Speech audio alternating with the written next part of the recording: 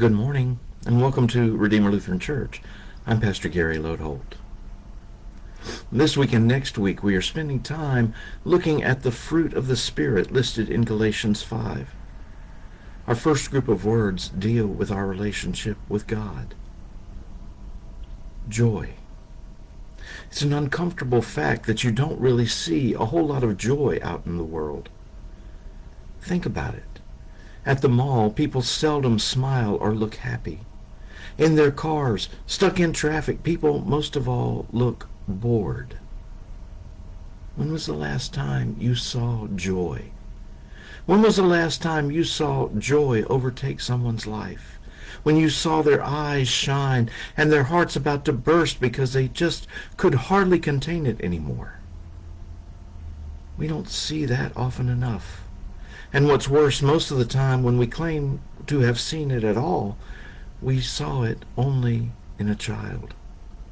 Somehow we seem to think that adults can't experience or express the feelings of joy.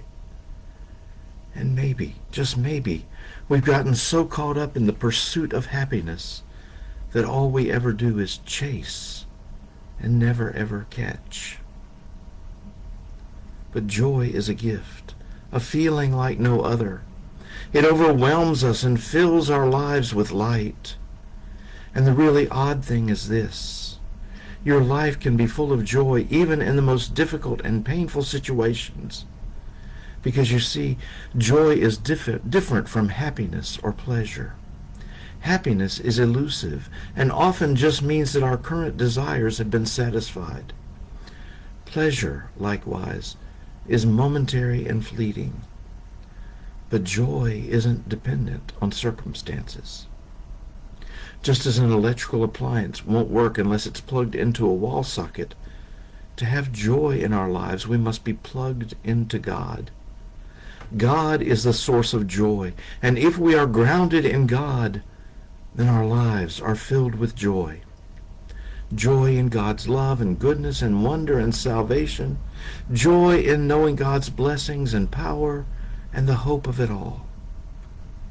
It's hard to imagine anyone who is in touch with God, truly in touch with God, who can keep their joy suppressed.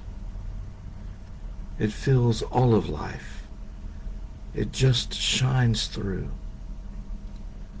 Someone once said, "Joy is the flag that flies above the palace when the king is in residence." What a wonderful gift from God. What a wonderful fruit of the Holy Spirit. Thanks for watching, and remember to let this day belong to God.